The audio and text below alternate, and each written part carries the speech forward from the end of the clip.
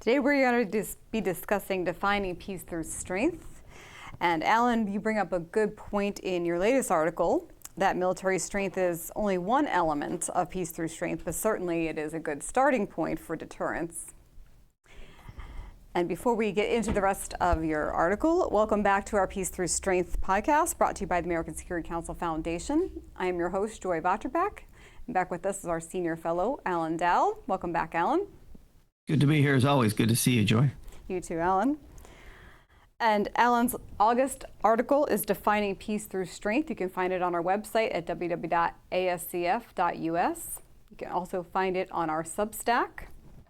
Consider signing up for our newsletter and consider donating, because knowledge is our first line of defense. National preparedness is one strategy of peace through strength, as you were discussing, and the ASCF, as you know, was instrumental in putting together peace through strength resolution during the Cold War days, and President Reagan would go on to thank the ASCF for our work in that. So Alan, could you talk more, as you did in your article, to the importance that President Reagan put on rebuilding our defenses? Sure, Joy. It dawned on me, I was listening to President Trump talk about military strength, and he emphasized the importance of investing in the military, and he uses the term rebuilding it, but increasing military strength. And it dawned on me that that is an important element of peace through strength, as Reagan understood it and as Reagan executed it during the last chapter of the Cold War. But it's just one element. In my view, if you look at Reagan's policies and rhetoric, there are four pillars or elements of peace through strength. Military preparedness is certainly an important one, maybe the most important, but there's also global engagement and global leadership, democracy promotion, or at least standing up and speaking up for freedom fighters, and then lastly, cultivating alliances. I can get into the lessons Reagan taught us about the military strength pillar of, if you'd like, but that's kind of where I'd start. My starting point would be there with those four pillars. Yes, and they're all under our Peace Through Strength resolution, as we've known it. But certainly we're speaking here to the deterrence part, and I see in your upcoming articles we'll address the other pillars. That's right. As well. So could you speak more to the amount of GDP this administration is putting toward increased defense spending? And does it align with our overall foreign policy objectives? Sure. On the first part of the question, I think it's important to compare, use Reagan as a baseline, partly because the Trump administration uses some of the Reagan language, also because those of us who are part of the ASCF community know how important Reagan's guiding principles are in promoting peace and prosperity. So you look at what Reagan did as he came into office and working with Congress. He increased defense spending from about 21% of federal outlays to about 27% of federal outlays, and he increased defense spending as a percentage of GDP from less than 5% to almost 6%. Those are big increases. In raw dollars, it was 104% increase in defense spending in that first 5.5 years of the Reagan administration. And so if the Trump administration wants to learn from Reagan and indeed keep the peace by being strong, we need to look at those guidelines. And I think, by the way, there's good reason to do that. We've talked about that a lot, you and I, Joy, with a rising China, Russia on the march, the Iranian and North Korean regimes, wild cards and the roles they play in their regions of the world being very destabilizing. So there's good reason, I think, to employ peace through strength. But if you look at recent defense budgets, the last 2 years of the Biden administration and the first defense budget of the second Trump administration that they proposed, really nothing to shout about or to give three cheers about. At 3.4% of GDP the last 2 years of the Biden administration, excuse me, and then the first proposed budget the Trump administration handed down earlier this year was, around 3.3% of GDP, and that's going to grow because Congress is just going to add dollars to that. There's no doubt about that. but we really do need to invest more than what we are. By the way, Trump administration's defense budget proposal raised a lot of eyebrows because it hit the $1 trillion mark. Yes. But that is only about, like I said, 3.3% of GDP. During the Cold War, we spent on average 7% of GDP. And like I said, during that final chapter, Reagan got it up near 6%. Yes, and in your near the end of your article here, you also had Senator Mitch McConnell observes that we are applying yesterday's budget to tomorrow's challenges. So I thought that was a good point. Yeah, that was a pretty stinging criticism, and he didn't direct it specifically at the Trump administration. He directed it at Washington policymakers in general, basically saying we need to really get serious about these serious threats that we're facing. You know this well, and I know all of your listeners and followers of your podcast, Joy, know that governing is about choosing. The United States is not omnipotent. Money doesn't grow on trees, so it's about choosing, making choices. There'll be trade-offs for sure. The United States military can't be everywhere to deter everything. So the administration has to make choices, but I think some of the choices that have been made so far are not enough to truly deter these two great power threats that we face, as well as these wild cards in North Korea and Iran.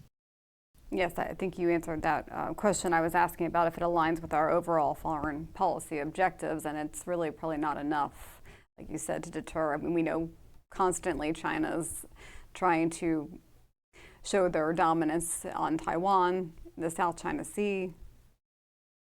That's right. And it's, I wouldn't just say in my view, I would say just looking at the recent history and the historical record a little deeper, we need to invest more to deter our enemies. And organizations of influence like ASCF, and there's a lot of others that are thoughtful organizations, I think it's our duty to explain to the informed citizen that deterring our enemies is expensive, but there's one thing a lot more expensive than deterring war, and you know what that is. Reagan knew what that is, and that is waging war. Mm-hmm. That is much more expensive than deterring war, and the wisdom of peace through strength, as Reagan explained, is to be strong enough to make it clear to your enemy that the benefits of aggression will never outweigh the costs of your aggression, and I don't think that's completely clear to at least to our near peer competitors, China and Russia. Mm.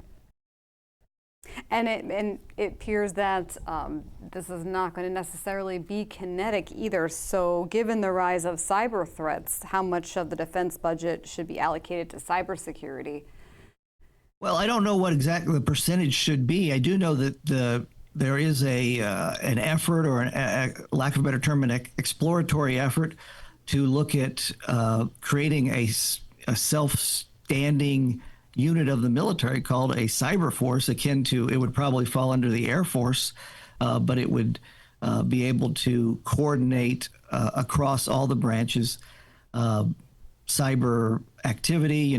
Basically what we do in cyberspace right now is we try to focus on resilience, and then we try to, I think the military uses the term constant engagement.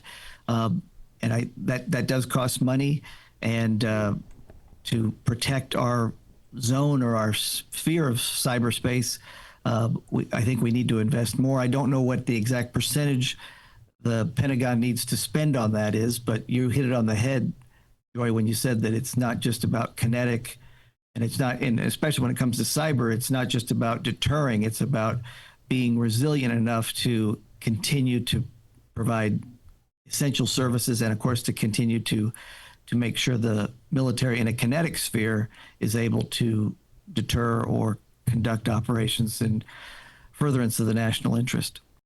Yes, as things are moving rapidly in the cyber space world, or arena, I should say, and I don't believe our policies are keeping up with, or even Congress can keep up with, how fast this is moving. So I think it's an area of concern.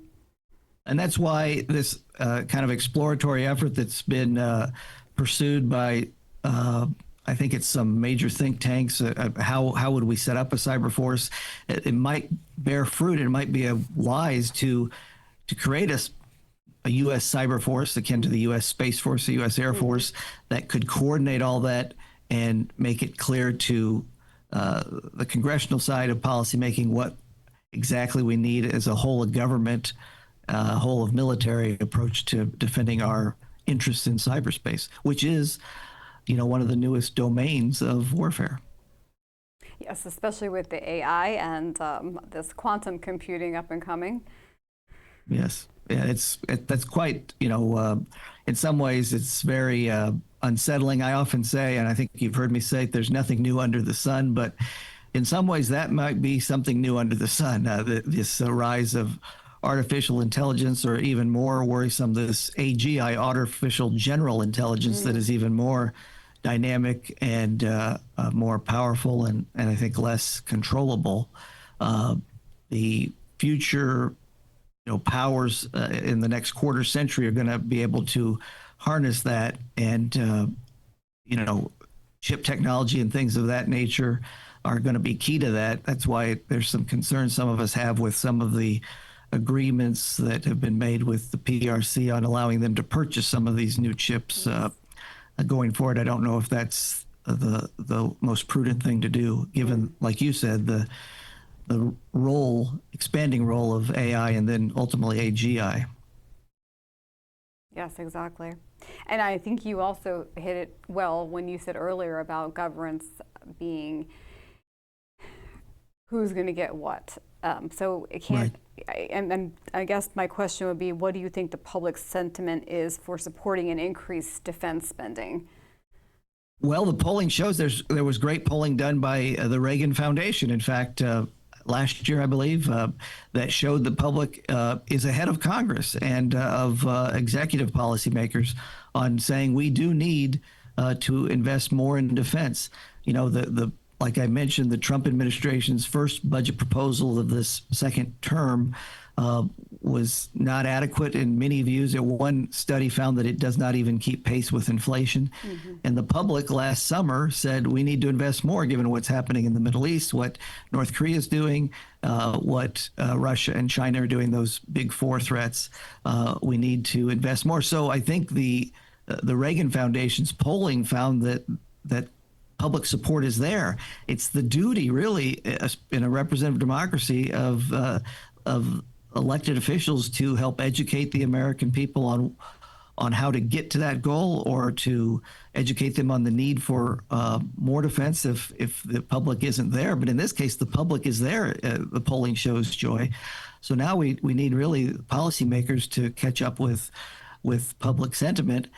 And then that's where the other hard choices come in. We have a huge budget deficit, and we have a huge national debt. Yes. So if you're going to spend more on defense, you may need to restrain spending in some other places, and that's where you need courageous leadership, like Reagan showed with Speaker Tip O'Neill, a great Democratic leader, a great Republican leader, working together on ways, in that case, to shore up Social Security and to find some ways to extend the life of that program and find some savings. Yes, certainly, because when it comes to people's pockets, national security is great, and I know at least our listeners understand the importance, I'm sure, of defending our country, as well as the issues with Taiwan, as we discussed, and the Middle East, Ukraine, North Korea. That's right.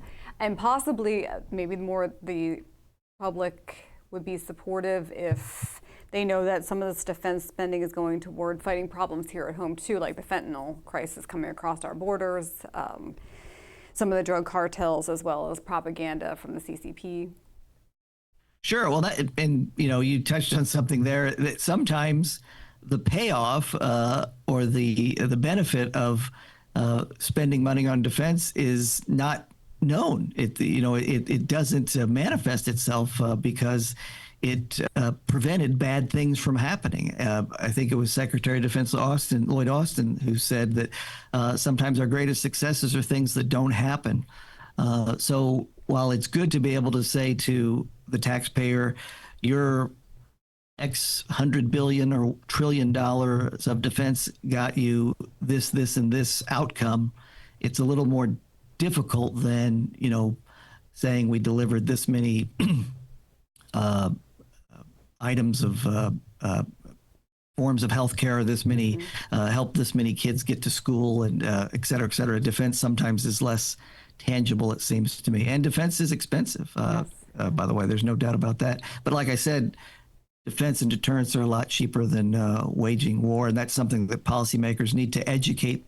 I think newer, younger generations on, maybe more so than people at the middle of life like me and older. But that's something that you're correct. If policymakers and defense leaders can say, for this dollar, we're getting this much fentanyl off the streets, that would be effective for sure. No doubt about that. And like you just mentioned, the younger generation's going to understand that probably in better terms than necessarily wanting to go into another long war. Right. That's right. By the way, I would submit, and we just saw some news this week, Joy, that we're asking a lot of our military, by the way, and not giving him the resources that it might otherwise require, given how much we're asking of it, both here at home, on the border, and then, of course, in the major deterrence mission overseas. It's a lot to ask for 3.3% of GDP. We're asking a lot of it, and we have a smaller military to do those things than we did before the Berlin Wall collapsed. Those are good points. Yes, we want to keep our military safe as well. That's right. There are trade-offs there, but it's good Trade-off's to know the word. That's the watchword. No doubt about it. Trade-off is the word. That's what governing is about. And, it's not just the Trump administration, the Biden administration, the Obama administration. I would submit, going back to the Bush administration, there haven't been really presidents. Many presidents have kind of not dealt with those trade-offs. Congress and the presidencies have kind of kicked the can on some of these hard choices. And we're seeing that manifest in that $36 trillion national debt. Well, thank you, thank you, Alan. I appreciate that. You can call me Larry. I've been called worse. No, I'm sorry. Larry is our senior analyst. I'm used to talking to him sometimes. That's right. I know Larry. So always happy to join you, and look forward to every one of our talks. And like you referenced, the part 2 of this series, we'll talk about some of those other pillars of Reagan's definition of peace through strength. Yes, certainly our allies in diplomacy are up there too. So I look forward to your next paper. We'll get it to you. Well, thank you, Alan. Thank you to our listeners. And subscribe, comment, and share your thoughts on our Peace Through Strength. You can go on our YouTube and Rumble channels. You can also follow us on Twitter, Facebook, and Substack. Also on Spotify. I was able to just start a Spotify for creators, so please check us out there. And you can listen to your favorite audio podcast on your Android or Apple phones. So join us again next time for our Peace Through Strength podcast.